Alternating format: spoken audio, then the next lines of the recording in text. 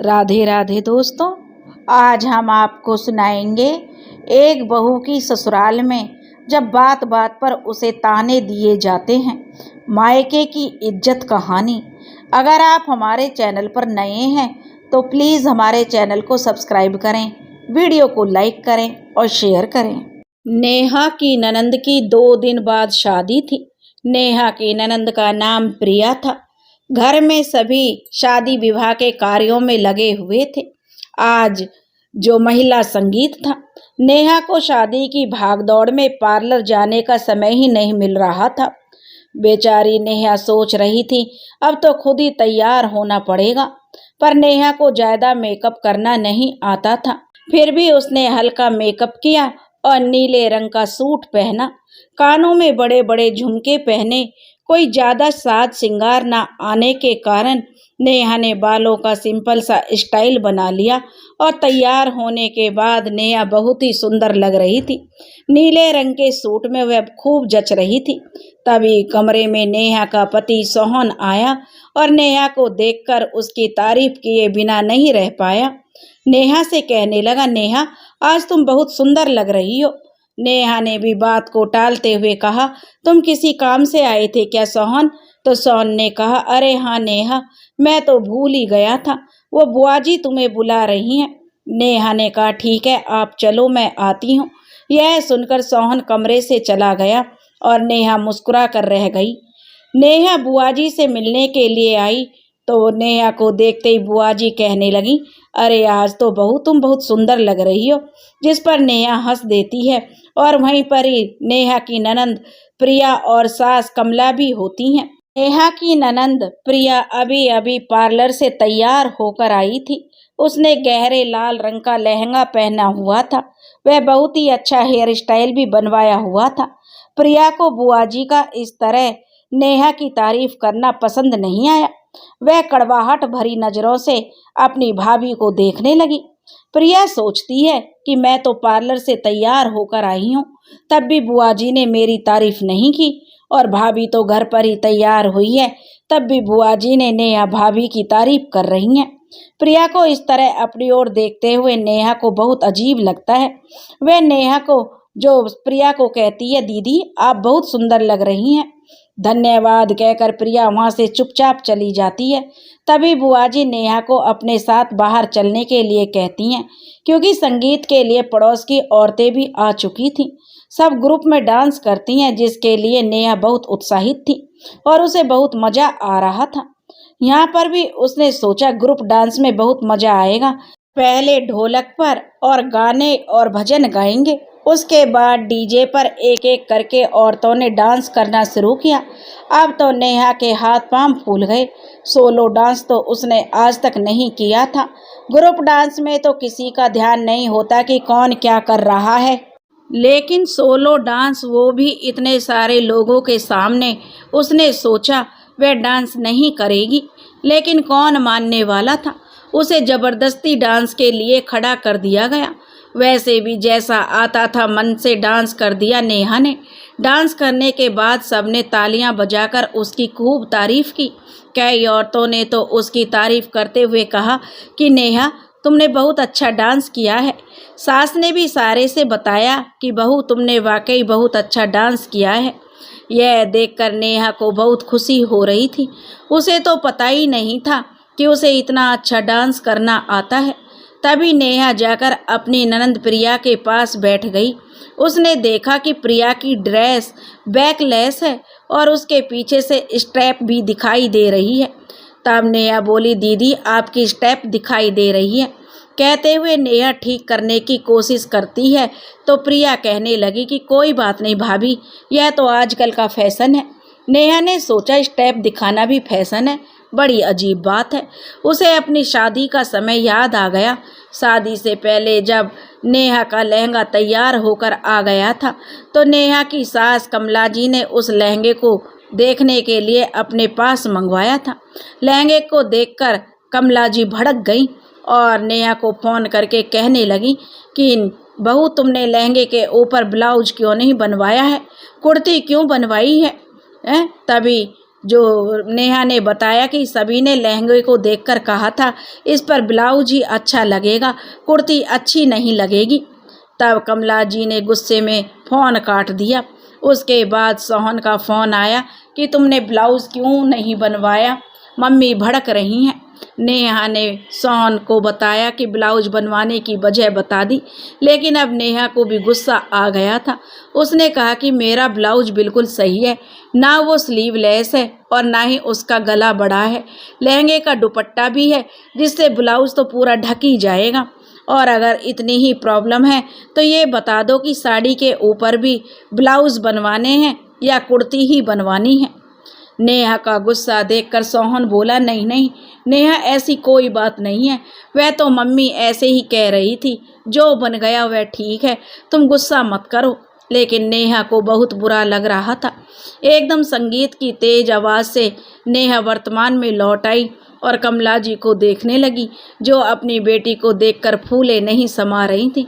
उन्हें ना अपनी बेटी की बैकलेस ड्रेस दिखाई दे रही थी और ना ही अपने संस्कार। आज उन्हें अपने घर के संस्कार याद नहीं आ रहे थे। लोग कितने दोहरे मापदंड के होते हैं। लोग अपनी बहू पर तो अपने विचार शादी से पहले ही थोपने लगते हैं और उसे शादी से पहले ही अपने कंट्रोल में करने लगते हैं। धीरे धीरे संगीत का प्रोग्राम ख़त्म हो जाता है। सभी लोग अपने अपने घर को चले जाते हैं।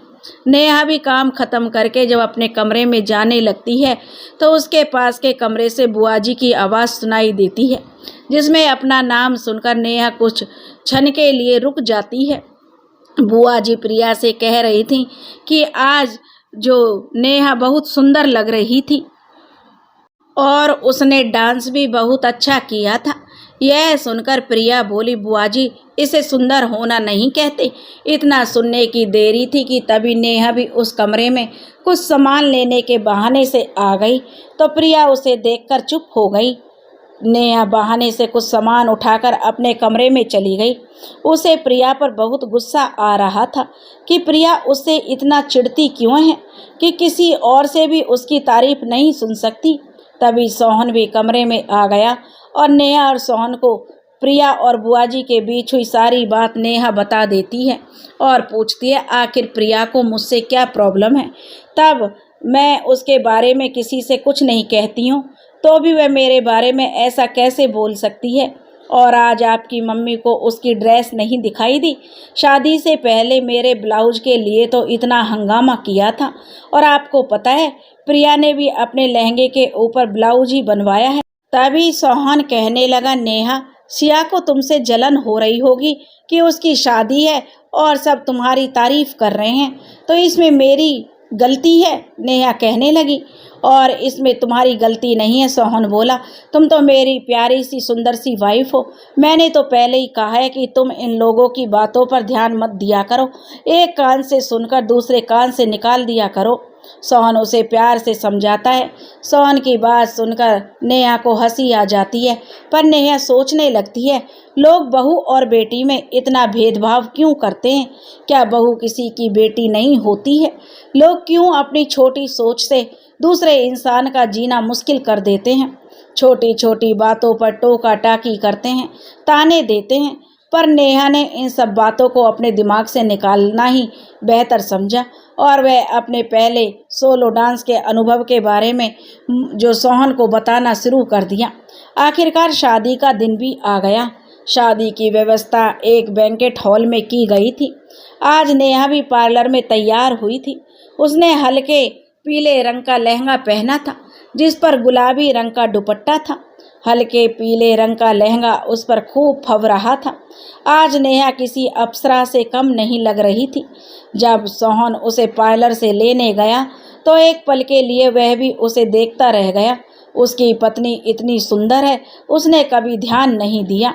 गाड़ी से बैंकेट हॉल जाते हुए उसने नेहा से कहा, नेहा आज तुम बहुत सुंदर लग रही हो। सच में मेरा मन रखने के लिए तो नहीं कह रही, नेहा ने कहा। तो सोहन बोला, मैं सच कह रहा हूँ नेहा, बहुत अच्छी लग रही हो। पता है पार्लर में जो और भी लेडीज़ तैयार होने आई थी, नेहा बताने लगी, वो भी सब यही कह रही थी। अब तो मुझे यकीन आ गया है कि मैं सही में सुंदर लग रही हूँ। तब सोहन कहता है, हाँ मैं सच कह रहा हूँ नेहा, नेहा ने शर्माते हुए कहा। सोहन भी गाड़ी चलाता हुआ बार बार नेहा को देख रहा था। यह देखकर नेहा को और शर्म आ रही थी। बैंकेट हॉल में काफ़ी रिश्तेदार आ चुके थे। सोहन के ऑफिस के लोग भी अपने परिवार के साथ आए हुए थे। सोहन सबसे अपनी पत्नी नेहा को मिलवाता है। सभी नेहा से मिलकर बहुत खुश होते हैं। नेहा को भी उनसे मिलकर बहुत अच्छा लगता है। सबकी पत्नियां नेहा की तारीफ करती हैं तो ऊपर से नेहा धन्यवाद कहकर शर्मा जाती है, पर उसके अंदर उसका मन मयूर खुशी से नाच रहा होता है। कौन ऐसी महिला होगी जो अपनी तारीफ सुनकर खुश ना हो। उसे बहुत ही खास वाली फीलिंग होती जा रही थी। प्रिया भी पार्लर से तैयार होकर आ गई थी। उसने लाल चटकीले रंग का लहंगा पहना हुआ था। वह भी सुंदर लग रही थी, पर जैसे ही वह नेहा को देखती है तो उसके तेवर नेहा के लिए वैसे ही होते हैं। कुछ देर बाद बारात भी खूब धूमधाम से आ जाती है। रिबन कटवाया जाता है। अब दूल्हे की आरती की बारी आती है। इस रस्म में दूल्हे को लकड़ी के पटड़ी पर खड़ा करके उसकी आरती उतारी जाती है। यह रस्म दरवाजे पर होती है। और यह क्या, कमला जी तो घर से पटड़ी और आरती की थाली लाना ही भूल गईं। बहुत ही असमंजस की स्थिति हो जाती है। यह एक महत्वपूर्ण रस्म है जो दूल्हे के स्वागत के लिए की जाती है। लोगों में खुसर फुसर होने लगती है। तभी दूल्हे की माँ आगे आकर कमला जी से कहती है, कोई बात नहीं बहन जी, आप आरती का सामान मंगा लीजिए, आरती स्टेज पर हो जाएगी। यह सुनकर कमला जी की सांस में सांस आती है। तभी कमला जी सोहन को घर से जल्दी पटड़ी और आरती की थाली लेने के लिए भेज देती हैं। जब सोहन घर से पटड़ी और आरती का सामान ले आता है तो दूल्हे की आरती की रस्म पूरी की जाती है। आरती हो जाने के बाद शादी की दूसरी विधियां शुरू हो जाती हैं। 7 फेरे होने के बाद वधू पक्ष और वर पक्ष के लोग आराम करने लगते हैं। दूल्हे की मां नेहा के पास आकर कहती है, बेटा हमें कुछ गद्दे कम पड़ रहे हैं, क्या कुछ गद्दों का इंतजाम हो सकता है। नेहा कहती है, जी आंटी जी, मैं अभी इंतजाम कराती हूँ, आप बैठिए। नेहा गद्दों का इंतजाम कराने के लिए चली जाती है। दूल्हे की माँ वहीं बैठकर इंतजार करने लगती है। नेहा गद्दों का इंतजाम करा देती है और कहती है, आंटी जी मैंने गद्दे बिछवा दिए हैं, आप आराम कर लीजिए। दूल्हे की माँ कहती है, धन्यवाद बेटा, और वह चली जाती है। नेहा भी घर की औरतों के पास आकर बैठ जाती हैं जो पहले से ही कुछ बातें कर रही थीं। कुछ औरतें कहती हैं, नेहा बैठ हमारे पास, तेरी शादी के बाद तुझसे अब मिलना हो रहा है। अब तो शादी विवाह ही बहाना रह गया है एक दूसरे से मिलने का, वरना किसके पास समय है आजकल। उनमें से एक औरत नेहा से कहती है, जो रिश्ते में नेहा की ननंद लगती थी, दीदी आप सही कह रही हो, बहुत अच्छा लगा आप लोगों से मिलकर। अच्छा क्या हुआ कि आप लोग शादी में आए, हमें भी तुझसे मिलकर बहुत अच्छा लगा, आज बहुत प्यारी लग रही हो। तब वह कहती है, नेहा थैंक यू दीदी, हम लोग तो प्रिया की सास के बारे में बातें कर रहे थे, कितनी अच्छी है। आरती को लेकर गड़बड़ हो गई, सोने के लिए गद्दे नहीं मिल रहे, फिर भी एक शब्द नहीं कहा, चुपचाप गद्दों का इंतजार कर रही थी। और एक कमला चाची हैं, उन्होंने कितना हंगामा किया था नेहा तेरी शादी में, कितना कुछ सुनाया था तेरे घर वालों को, याद है तुझे। तब नेहा कहती, याद है दीदी, वो सब मैं कैसे भूल सकती हूँ, भूलना भी चाहूँ तब भी नहीं भूल पाती। सोच कर ही नेहा उदास हो जाती है। नेहा की शादी के लिए नेहा के पापा ने अपनी हैसियत से ज़्यादा नेहा को दिया था। सोहन के घर वालों की पसंद की गाड़ी, उनकी पसंद का फर्नीचर, उनकी पसंद के सारे वर पक्ष को दिए जाने वाले कपड़े, सारा दहेज उनकी पसंद का था। फिर भी कमला जी और उनके पति श्यामलाल जी उन्हें फ़ोन करके बार बार आगाह करते रहते कि शादी में कोई कमी ना रह जाए। नेहा के पापा अपनी बेटी की शादी में कोई कमी नहीं छोड़ना चाहते थे और वे उन्हें वैसे ही तैयारी की जैसे लड़के वाले चाहते थे। लेकिन लड़के वालों के बार बार कहने से नेहा के पापा घबरा रहे थे कि कहीं शादी में कोई कमी ना रह जाए।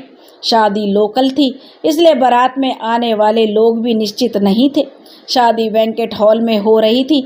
शादी के दिन नेहा पार्लर से ही बैंकेट हॉल पहुंचने वाली थी। घर के सभी लोग शादी स्थल पर पहुंच चुके थे। सभी बेसब्री से बारात का इंतजार कर रहे थे। नेहा की भाभी बहन परिवार की सभी औरतें दरवाजे पर खड़ी बारात का इंतजार कर रही थीं। दूसरी ओर शहर भर के मेहमानों का आना भी लगातार जारी था। लोकल शादी थी, इसलिए दोनों तरफ के लोग भी एक दूसरे को जानते थे। नेहा के पापा और भाई उनके स्वागत में लगे हुए थे। नेहा की छोटी बहन रिया तो आज बहुत खुश थी। आज उसे जूते चुराए का मौका जो मिलने वाला था। जूते चुराने के लिए उसने बड़ी सी प्लानिंग कर रखी थी। तभी नाचती गाती बारात भी आ गई। रिबन कटवाने की रस्म के बाद दूल्हे की आरती की तैयारी की जाती है। तभी एक गड़बड़ हो जाती है। लकड़ी की पटड़ी को वह घर पर ही भूल गए। बस इसी बात पर कमला जी भड़क जाती हैं और जोर जोर से चिल्लाना शुरू कर देती हैं कि इतनी भी अकल नहीं है, दूल्हे की आरती में पटड़ी भी रखी नहीं होती है। रीति रिवाज का बिल्कुल भी पता नहीं है तुम लोगों को। बारात का ढंग से स्वागत करना भी नहीं आता। अगर शादी की तैयारी ढंग से कर नहीं सकते थे तो शादी करनी जरूरी थी। कमला जी के मुंह में जो आ रहा था वह लगातार बोले जा रही थी। नेहा की भाभी बहन और परिवार वाले चुपचाप उन्हें सुने जा रहे थे। शादी में आए सभी मेहमान उन्हें अजीब तरह से देख रहे थे, जिससे उन्हें बहुत शर्मिंदगी उठानी पड़ रही थी। शादी का वातावरण अजीबोगरीब हो गया था, पर कमला जी तो रुकने का नाम ही नहीं ले रही थी। रिया को तो बहुत रोना आ रहा था, उससे वहाँ खड़ा नहीं हुआ जा रहा था। सारे मेहमान यही तमाशा देख रहे थे। फिर किसी तरह कमला जी की बहन ने उन्हें चुप कराया और दूसरी तरफ ले गई। तब जाकर कुछ शांति हुई। चुपचाप दूल्हे की आरती कर ली गई। अब शादी में किसी को वह उत्साह नहीं रहा। नेहा का भाई पवन सोहन को स्टेज तक ले आता है, पर जब तक चारों ओर सन्नाटा पसर जाता है। कमला जी के व्यवहार से सभी हैरान थे कि वह ऐसा कैसे कर सकती हैं। सारे मेहमानों के सामने लड़की वालों को इतना कैसे सुना सकती हैं। पर कमला जी को अपने किए का कोई पछतावा नहीं था। पवन के दोस्त रवि से नहीं रहा जाता। वह पवन से कहता, यार कैसे लोगों से तूने अपनी बहन की शादी कर दी, यह तो बहुत ही घटिया लोग हैं। इस पर पवन कहता है, हमने तो इनके बारे में पूछताछ की थी, तब तो सब सही लग रहा था। देख ले यार, मुझे तो सही नहीं लग रहा, पवन के दोस्त ने कहा। तो पवन कहने लगा कि अब भी अपनी बहन की चिंता हो रही थी। पवन को वह सोच रहा था, जो औरत इतने लोगों के बीच ऐसा व्यवहार कर सकती है, वह अपने घर पर क्या नहीं करेगी, कैसे रहेगी मेरी नेहा बहन। अभी पवन यह सोच ही रहा था, तब तक नेहा भी बैंकेट हॉल पहुंच गई थी। शादी की सभी रस्मों में को हो रही थी, पर नेहा को कुछ कमी लग रही थी, क्योंकि कोई भी खुश नज़र नहीं आ रहा था। उसे अभी तक किसी ने नहीं बताया था कि बहुत बड़ा हंगामा हुआ था। किसी ने कोई हंसी मजाक नहीं किया, ना जूते चुराने की रस्म हुई। बस बेमन से सब उपस्थित थे। फिर भी शादी होने के बाद नेहा और सोहन को घर लाया गया, क्योंकि विदाई वहीं से होनी थी।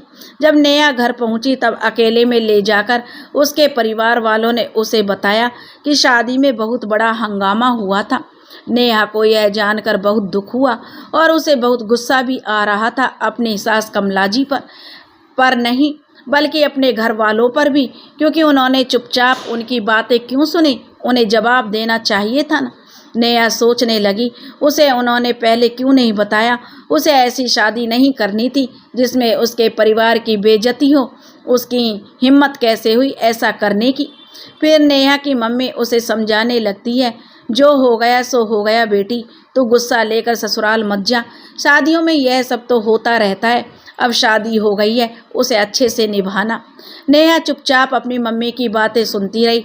आज पहली बार उसे अपने होने पर अफसोस हो रहा था। उसी के कारण उसके परिवार का इतना अपमान हुआ, उन्हें इतनी बातें सुननी पड़ी। क्या लड़की के माता पिता होना इतना बुरा होता है? क्या उसकी कोई इज्जत नहीं होती? यह सोचती हुई नेहा भारी मन से अपने घर से विदा हो गई। नेहा कहाँ खो गई? नेहा की ननंद ने जो नेहा का हाथ लगाकर पूछा, उसके हिलाने से नेहा अपने अतीत से वर्तमान में लौट आई। वह बोली, क्या हुआ नेहा, कहाँ खो गई? ननंद ने जब नेहा से पूछा तो वह बोली, कुछ नहीं दीदी, बस ऐसे ही कुछ सोच रही थी, कहकर वह मुस्कुरा देती है। फिर वह मुस्कुराहट उसके अंदर के दर्द को छिपा नहीं पाती। तभी एक महिला जो रिश्ते में उसकी जेठानी लगती है उससे पूछती है, नेहा तेरे मायके वाले कहीं दिखाई नहीं दे रहे, क्या वह शादी में नहीं आए? नेहा गहरी सांस लेते हुए कहती है, दीदी कैसे आते जब उन्हें बुलाया ही नहीं गया, उन्हें तो शादी का कार्ड तक नहीं दिया गया। नेहा इस सवाल का जवाब देते देते थक गई थी। अब तक कई रिश्तेदार उससे उसके मायके वालों के बारे में पूछताछ कर चुके थे। हर बार जवाब देते हुए उसका मन टूट जाता था। तब नेहा की जेठानी कहने लगी, यह तो भाई गलत हुआ, अपने समधियों के साथ ऐसा करता है कोई? चाहे कोई भी बात हो, पर कार्ड तो देना चाहिए था। नेहा बोली, दीदी यहाँ तो जो हो जाए वह कम है, आप तो सब कुछ जानते हैं, कहकर नेहा चुप हो गई। नेहा को यूं उदास देखकर उसकी जेठानी ने बात को बदल दिया और कहने लगी, नेहा देखना प्रिया की ज्वेलरी तो बहुत सुंदर है, पर उसका लहंगा इतना खास नहीं है, सिंपल लाल रंग है, कुछ अलग नहीं लग रहा। कितने का है? अब नेहा कहती है, दीदी 40,000 रुपये का है। तब उसकी जेठानी कहती है, 40,000 रुपये का है? अरे इतने पैसे खर्च किए, उतने तो वसूल भी नहीं होंगे। देख नेहा, तेरा लहंगा तो बहुत सुंदर है, तूने यह लहंगा यहीं से लिया है या लुधियाना से? तब नेहा कहती है, दीदी जब सोहन की जॉब गुड़गांव में थी तो मैं और सोहन अपनी बेटी के साथ वहीं रहते थे। दीदी यह मैंने चांदनी चौक दिल्ली से लिया है, मेरी एक सहेली फैशन डिजाइनर है, उसी ने मुझे यह दिलाया। उसे कपड़ों और फैशन की बहुत जानकारी है। वो तो उसकी जेठानी कहती है, दिख ही रहा है, पीले रंग का शेड भी कुछ अलग हटके है। उसकी जेठानी लहंगे को निहारते हुए कहती है कि लहंगा सचमुच बहुत अच्छा है नेहा। ऐसी बातें करते करते प्रिया की विदाई का समय भी आ गया। विदाई के समय कमला जी को उदास देखकर प्रिया की सास उन्हें तसल्ली देती है कि वह प्रिया को बेटी बनाकर रखेगी। उनके यह शब्द सुनकर नेहा की सास जो कमला जी नेहा की तरफ देखती हैं, जो अपनी बेटी को प्यार किए जा रही थी। प्रिया की विदाई हो जाती है।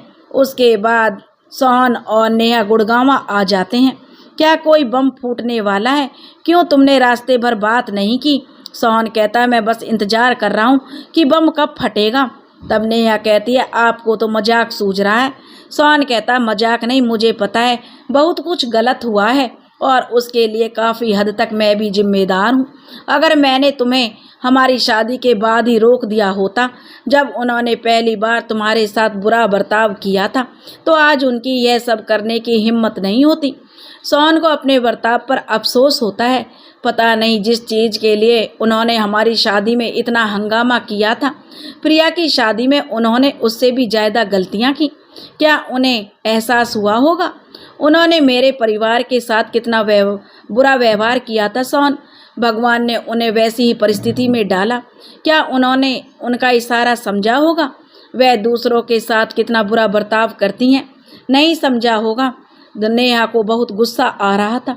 उससे भी आगे बढ़कर उन्होंने मेरे परिवार को शादी में न्योता तक नहीं दिया। सोहन, क्या इस घर में मेरा इतना ही सम्मान नहीं है कुछ भी कि मैं अपने परिवार वालों को भी शादी में बुलाऊं?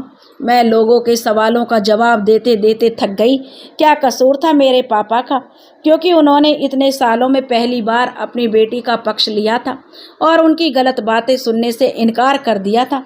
इसका बदला उन्होंने सारे समाज के सामने दिया।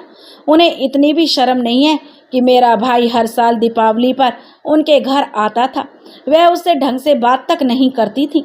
मैं भी अपने भाई को मना करती थी कि भाई तू यहाँ मत आया कर, पर वह कहता था कि रस्म तो निभानी है, बहन ब्याही है, इस घर में तो आना तो पड़ेगा ही, यह सब तो करना पड़ता है। नेहा गुस्से में अबाक बबूला हो चुकी थी। बोलते बोलते उसकी आंखों से आंसू बहने लगते हैं। वह हमेशा मेरी और मेरे परिवार की बेइज्जती करती रही। हमारी शादी में भी उन्होंने यही किया था और अब प्रिया की शादी में भी यही किया। जब से हमारी शादी हुई है उनका मेरे प्रति यही व्यवहार है। पर अब बहुत हो गया सोहन जी, मैंने बहुत निभा लिया, अब मैं और समझौते नहीं करना चाहती। नेहा दृढ़ निश्चय के साथ अपने आंसू पोंछ लेती है।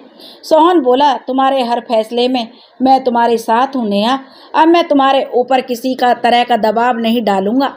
सोहन नेहा से वादा करता है। अगले दिन सोहन ऑफिस चला जाता है।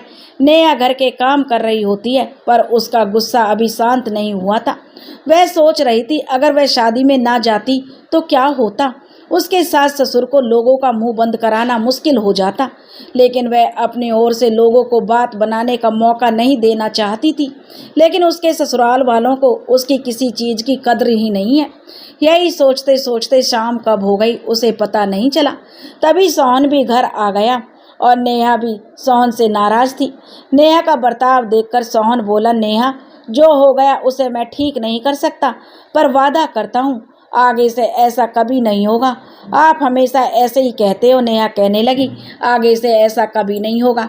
मुझे आपसे कोई बात नहीं करनी है। अच्छा, मैं तुम्हें एक ऐसी बात बताऊंगा। सोहन ने खुश होकर कहा कि तुम खुश हो जाओगी।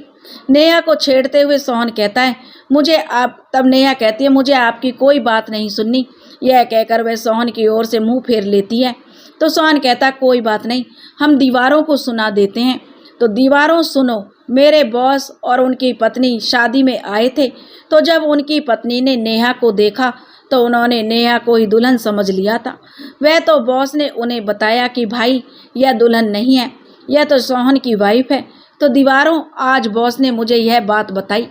सोहन की यह बात सुनकर नेहा चुपके से मुस्कुराने लगती है। नेहा को मुस्कुराता हुआ देखकर सोहन कहता है, दीवारों, आज सिद्ध हो गया है, पत्नी कितना भी नाराज हो पर वह अपनी सुंदरता की तारीफ सुनकर हमेशा खुश हो जाती है। तब नेहा कहती है, अभी बताती हूँ मैं आपको। और नेहा सोहन को तकिया मारने लगती है। सोहन उससे बचने के लिए भागने लगता है। सोहन और नेहा की शादी हुए 1 बरस बीत चुका था। नेहा के जीवन में भी खुशखबरी आ गई थी। वह 3 महीने की गर्भवती थी। नेहा और सोहन बहुत खुश थे, परंतु डॉक्टर ने नेहा को बेड रेस्ट बताया था। नेहा फिर भी घर के काम करती रहती थी, लेकिन उसकी तबीयत थोड़ी खराब ही रहती थी।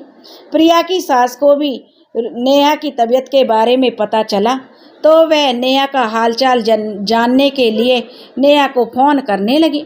औपचारिक बातचीत होने के बाद प्रिया की सास नेहा से पूछती है, नेहा, एक बात तो बताओ, क्या आप लोगों के यहाँ यह रिवाज है कि करवा चौथ पर लड़की अपने मायके में रहती है और दामाद भी उसके साथ रहता है?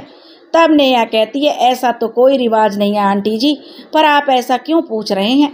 वो प्रिया की माँ का फ़ोन आया था। वो कह रही थी कि हमारे यहाँ पर ऐसी रिवाज है कि करवा चौथ पर बेटी और दामाद मायके में रहते हैं, इसलिए मैंने सोचा कि तुमसे भी एक बार पूछ लूँ। तब जो नेहा कहती है, आंटी जी, मेरे समय में तो ऐसा कोई रिवाज नहीं था, अब बन गया हो तो मैं कह नहीं सकती। नेहा को अपनी सास के कथन पर हैरानी हो रही थी। तब प्रिया की सास कहती है, कोई बात नहीं नेहा, तुम अपना ध्यान रखना, सब ठीक हो जाएगा, मैं फ़ोन रखती हूँ। नेहा कहती है, जी आंटी जी नमस्ते। उधर से आवाज़ आती है, नमस्ते बेटा, और फ़ोन कट जाता है। और नेहा सोचती रह जाती है, कैसे लोग हैं ये, सब चीज़ों को कैसे अपने हिसाब से बदल देते हैं। मुझे तो मेरी पहली करवा चौथ पर मेरे घर तक नहीं जाने दिया था, तब यह रिवाज नहीं था, और दामाद को रखने का भी अच्छा बहाना है, जबकि इन्हें तो मेरे घर पर 10 मिनट भी रुकने नहीं दिया जाता। सोचते सोचते नेहा अपनी पहली करवा चौथ के बारे में सोचने लगती है। शादी होने के कुछ महीनों बाद ही सोहन और नेहा को अपने साथ गुड़गांव ले आया था। नेहा की पहली करवा चौथ आने वाली थी। नेहा की सास बहुत खुश थी। नेहा की सास ने कहा कि उसकी पहली करवा चौथ है तो वह उसे अच्छे से पूजा करना और सारी विधियां सिखाएगी, जिससे वह आगे से खुद अच्छे से सारी विधि कर सके। कमला जी की शादी में किए व्यवहार की वजह से नेहा उनके पास नहीं जाना चाहती थी। नेहा ने सोहन को बताया कि वह करवा चौथ पर अपने घर जाना चाहती है। उसकी मम्मी अच्छे से उसे सब पूजा पाठ करना सिखा देगी, और उसे अपने घर गए हुए भी काफ़ी समय हो गया है। उसके मम्मी पापा से मिलने का उसका बहुत मन हो रहा है। तब सोहन कहता है, ठीक है, मैं मम्मी पापा से पूछ कर बताता हूँ। सोहन नेहा से कहता है कि मम्मी पापा जैसा कहेंगे उसे मान लेंगे। नेहा खुश हो जाती है। उसका अपने घर जाने का बड़ा मन हो रहा था। सोहन शाम को अपने घर फ़ोन करता है और नेहा को करवा चौथ पर उसके घर भेजने के लिए पूछता है। तो सोहन की बात सुनते ही उसके मम्मी पापा भड़क जाते हैं और वह सोहन पर गुस्सा करने लगते हैं। फिर वह सोहन से नेहा को फ़ोन देने के लिए कहती हैं। सोहन नेहा को फ़ोन पकड़ा देता है तो नेहा डरती डरती फ़ोन ले लेती है। नेहा को उन लोगों के फ़ोन आने से बहुत डर लगता था। वह हमेशा किसी न किसी बात को लेकर नेहा को ताने मारती रहती थी। जब कभी भी सोहन के घर से फ़ोन आता था, नेहा के दिल की धड़कन तेज हो जाती थी। उसे ऐसे लगता था पता नहीं आज किस बात के लिए सुनना पड़ेगा। नेहा के मन में उन लोगों का अजीब सा डर बैठ गया था। नेहा डरते हुए फ़ोन पकड़ लेती है। उधर से सोहन के पिता नेहा से बात करते हैं कि नेहा उन्हें नमस्ते करती है। तो श्यामलाल जी कहते हैं, नेहा, सोहन कह रहा है कि तुम करवा चौथ पर अपने घर जाना चाहती हो। कोई ज़रूरत नहीं है कहीं भी जाने की। तुम्हारे पापा ने बड़ा शादी में कुछ किया है जो करवा चौथ पर कुछ दे देंगे। ऐसी होती है शादी जैसा उन्होंने की है। शादी तो हम बताएंगे कैसी होती है जब हम अपनी बेटी प्रिया की शादी करेंगे। शादी तो शादी, उन्होंने तो जो गाड़ी के पैसे भी पूरे नहीं दिए, पर मेरे पापा ने तो, जो नेहा कहने लगी, पूरे पैसे दिए थे। कहीं पूरे पैसे नहीं दिए। श्यामलाल जी बोले, तेरे पापा ने 1 लाख रुपए कम दिए हैं, पर वर्क कुछ नहीं, कहीं नहीं जाना है, समझी? कहकर जो श्यामलाल जी फ़ोन काट देते हैं। नेहा फ़ोन हाथ में लेकर उसे घूरती रहती है। आंखों में आंसू आ जाते हैं। उसके घर न जाने के कारण उसे फ़ोन भी धुंधला दिखाई देने लगता है। नेहा को ऐसी हालत में देखकर सोहन को उसकी चिंता होने लगती है। वह नेहा से पूछता है, क्या हुआ नेहा, तुम ऐसे क्यों बैठी हो? क्या कहा पापा ने? तो नेहा सोहन की बात का कोई जवाब नहीं देती और कुछ सोचकर अपने घर फ़ोन लगा देती है। उसकी मम्मी फ़ोन उठाती है। नेहा का फ़ोन जानकर वह बहुत खुश हो जाती हैं और नेहा से पूछती हैं, नेहा, सोहन ने अपने घर पर पूछ लिया है, अब हम कब लेने आ जाएं तुझे? तब नेहा कहती है, मम्मी मैं नहीं आ रही हूँ, उन्होंने मना कर दिया है। तब उसकी मम्मी पूछती है, क्यों मना कर दिया? तब नेहा उनकी बात का कोई जवाब नहीं देती और उनसे पूछती है, मम्मी पापा जी कहाँ हैं, मुझे उनसे बात करनी है। तब नेहा की मम्मी कहती है, तेरे पापा यहीं हैं, क्या बात है? नेहा की मम्मी को चिंता होने लगती है और कहती है उसके पापा से कि लो पहले आप बात कर लो। फ़ोन जो नेहा के पापा को देती है। नेहा की मम्मी हार कर फ़ोन देती है तो नेहा जो पापा से फ़ोन लेते ही कहते हैं, हेलो बेटा कैसी हो? तब नेहा कहते, पापा जी आप मुझे यह बताइए, आपने गाड़ी के लिए कितने पैसे दिए थे? तब नेहा के पापा कहते हैं, बेटा जितने उन्होंने मांगे थे पूरे 8 लाख रुपए दिए थे। पर नेहा कहते हैं, इनके पापा तो कह रहे हैं कि आपने 1 लाख रुपए कम दिए थे। तब नेहा के पापा कहते हैं, नहीं बेटा पूरे पैसे दिए हैं, हमारे पास गवाह भी है जिन्होंने शादी कराई है, उनके सामने पैसे गिन कर दिए हैं। फिर वो ऐसा क्यों कह रहे हैं? छोड़ ना बेटा, यह सब तो शादी विवाह में चलता रहता है, इन बातों को गंभीरता में नहीं लेना, ठीक है? और तब नेहा कहते हैं, नहीं पापा जी यह कोई छोटी बात नहीं है, जब आपने पूरे पैसे दिए हैं तो वो इस बात को नकार कैसे सकते हैं?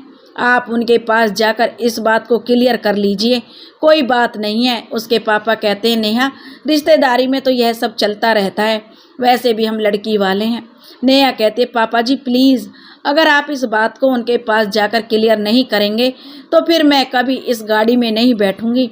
तब उसके पापा कहते हैं, नहीं नहीं नेहा, यह गाड़ी बेटा हमने तेरे लिए दी है, अगर तू ही इसमें नहीं बैठेगी तो हमारी इतनी मेहनत का क्या फ़ायदा? तब नेहा के पापा कहते हैं, अच्छा ठीक है नेहा, मैं कल ही रामाकांत जी को लेकर तेरी ससुराल आ जाऊंगा, अब खुश हो? तब वह कहती है, पापा जी अच्छा ठीक है, अब मैं फ़ोन रखती हूँ, आपसे कल बात करूँगी।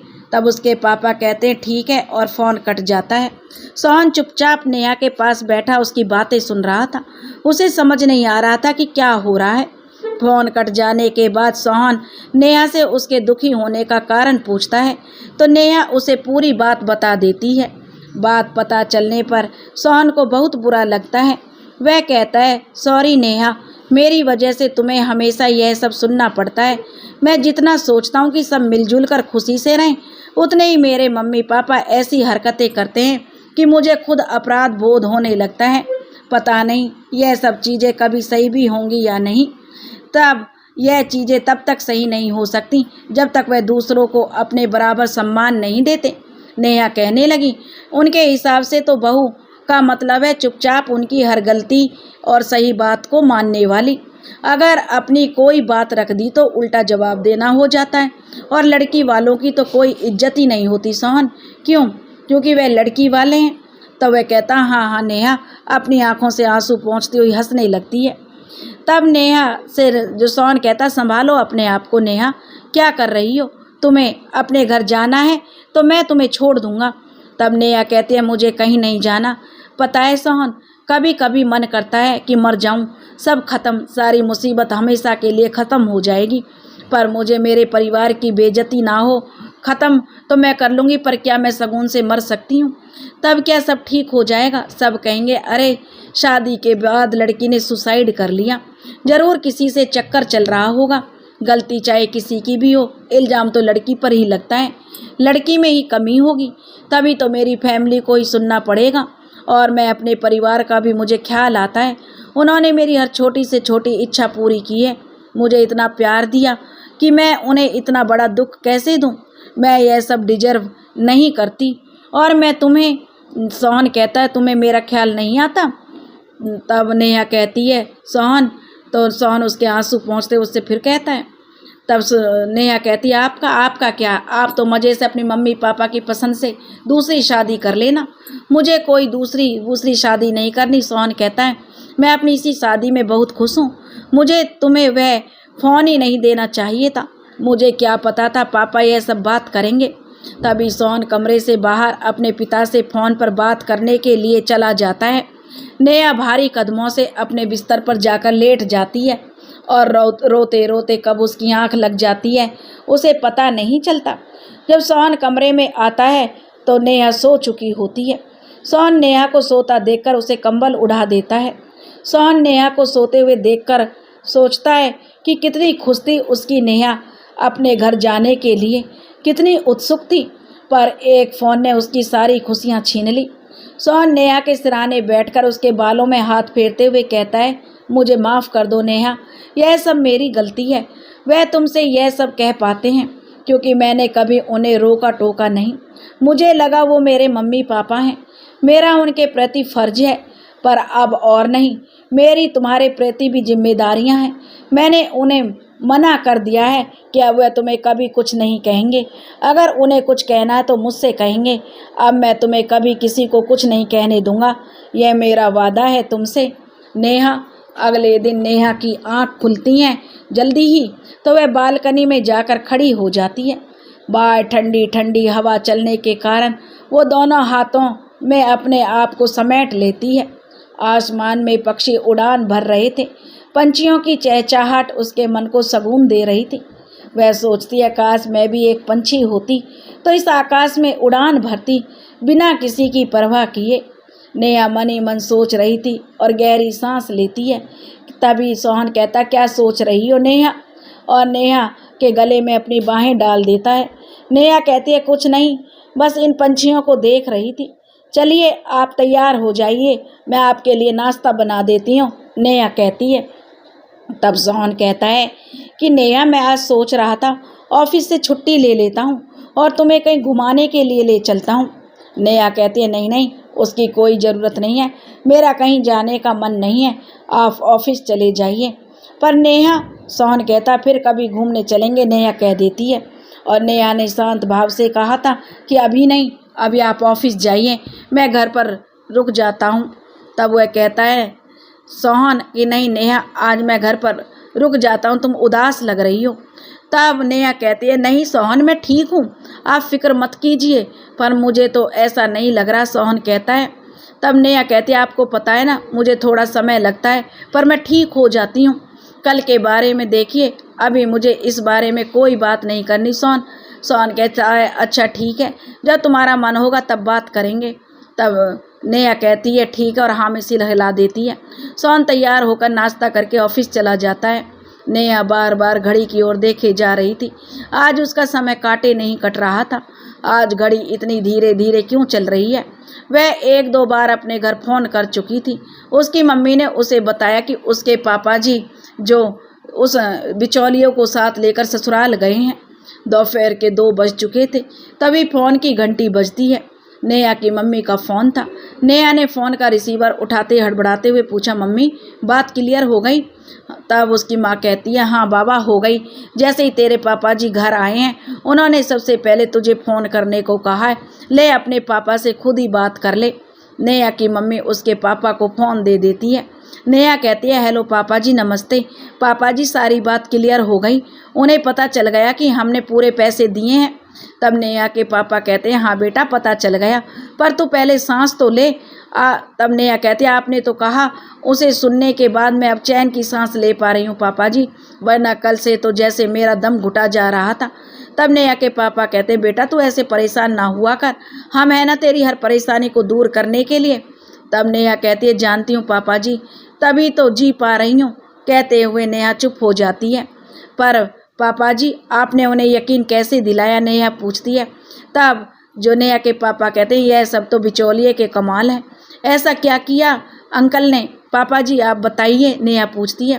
तब नेहा के पापा कहते, तू तो जानती है नेहा, तेरे ससुराल वालों ने अपनी सारी डिमांड हमें पेपर पर लिख कर दी थी, और क्योंकि वह बिचौलिया था और हमारे जानकार भी हैं, तो मैंने सारा सामान और गाड़ी के पैसे उन्हीं से तेरे ससुराल वालों को दिलवाए थे। तो जब उन्होंने सभी कुछ उन्हें दिया तो तेरे ससुर से उनके द्वारा दिए गए पेपर से मिलवाया भी, और जब सब कुछ सही उनकी मांगों के अनुसार था तो उनसे उस पेपर पर हस्ताक्षर भी करा लिए थे कि हमारी ओर से इतना सामान और इतने पैसे उन्हें दिए गए हैं, और आज वही पेपर काम आ गया। तब नेहा कहते, वाह पापा जी अंकल ने तो कमाल कर दिया। नेहा के पापा कहते हैं, हाँ बेटा आज उन्हीं के कारण हम यह सिद्ध कर पाए, वरना हमारी बेटी तो कभी उस गाड़ी में नहीं बैठने वाली थी जो उसके पापा ने उसके लिए दी थी। नेहा कहते, पापा जी देखो। नेहा बेटा उसके पापा कहते हैं, कोई भी कुछ कहे तो हमारे लिए अनमोल है बेटी, हमने तेरी शादी की है, तुझे छोड़ा नहीं है। अगर हम उनकी गलत बातें बर्दाश्त करते हैं तो तेरी खुशी के लिए करते हैं बेटी, अगर तू ही खुश नहीं तो इन सब का क्या फ़ायदा। नेहा कहती है, पापा जी अगर आप मुझे खुश देखना चाहते हैं तो मुझसे वादा कीजिए कि आगे से आप मेरी ससुराल वालों की गलत बातें बर्दाश्त नहीं करेंगे, चाहे कुछ भी हो जाए। नेहा के पापा कहते हैं, ठीक है बेटी, हमारी खुशी तो बस इसमें है कि तू हमेशा खुश रहे। अच्छा अब जल्दी फ़ोन रख और कुछ खा ले, सुबह से तूने कुछ खाया भी नहीं होगा। नेहा बोली, आपको कैसे पता लगा पापा जी? तब वो बोले कि हमें क्या, अपनी बेटी को हम जानते नहीं हैं। तब नेहा बोली, पापा जी आप दुनिया के सबसे अच्छे पापा हैं, और तू दुनिया की, उसके पापा कहते हैं, सबसे अच्छी बेटी है। अपने पापा से बात होने के बाद अब नेहा को काफ़ी हल्का लग रहा था। नेहा वर्तमान में लौट आती है। उसे पहली करवा चौथ पर अपने घर जाना था, और कहाँ उन्होंने पैसे को लेकर उसे ताने मारने शुरू कर दिए थे। पता नहीं इन लोगों के दोहरे मापदंड कब समाप्त होंगे। नेहा को याद आया जब उसने अपनी सास को बताया कि वह अंडे खाती है, तो उसकी सास तो नक्कर बोली थी, अगर हमें पहले पता होता तो हम ऐसी लड़की से अपने बेटे की शादी नहीं करते जो अंडे खाती है। हमारे घर में अंडे खाने का रिवाज नहीं है। नेहा ने उसी दिन से अंडे खाना छोड़ दिया था। यह बात अलग है कि प्रिया और कमला जी के सामने बैठकर ही एग रोल खाती थी और वह उसे कुछ नहीं कहती थी। हालांकि सोहन ने कई बार नेहा से कहा था कि वह अगर एग रोल खाना चाहती है तो खा सकती है, किसी को पता नहीं चलेगा, पर नेहा ने मना कर दिया। वह नहीं चाहती थी जो उनके यहाँ मना है वह वो काम करे। उसने सोहन से कहा, देखिए अंडा कोई ऐसी चीज़ नहीं है जो मैं छोड़ नहीं सकती, और जब आपके यहाँ नहीं खाए जाते तो मैं छुपकर भी नहीं खाऊंगी। बस मुझे इससे परेशानी यह है, जब प्रिया दीदी आपकी मम्मी के सामने बैठकर खाती हैं तो वह मुझे किस मुंह से ताने मारती हैं। पर रहने दीजिए, मुझे इन सब बातों का आदत हो गई है। नेहा ने सोच लिया था अब वह कोशिश करेगी कि ऐसी बातों पर ध्यान ना दे, क्योंकि जब ध्यान देती है तो नुकसान उसी का होता है और उसका मूड 2-3 दिन तक खराब रहता है। दूसरों की छोटी सोच से अपनी सुख शांति क्यों भंग करनी। 9 महीने पूरे होने पर नेहा ने एक प्यारे से बेटे को जन्म दिया। उसकी ज़िंदगी अब खुशहाल थी। उसने निश्चय किया कि वह दूसरों की किसी भी ओछी बात पर ध्यान नहीं देगी। दूसरे नहीं बदलने वाले, इससे अच्छा है हम बदल जाएं और उन चीज़ों पर ज़्यादा ध्यान ना दें जो हमें खुशी देती हैं। उस पर ज़्यादा ध्यान दें, जो हमें दुख पहुंचाती हैं उस पर ध्यान ना दें। दोस्तों, अगर आपको यह कहानी पसंद आई हो तो प्लीज़ हमारे चैनल को सब्सक्राइब करें, वीडियो को लाइक करें और शेयर करें और कमेंट्स करके हमें बताएं कि आपको कहानी कैसी लगी। राधे राधे।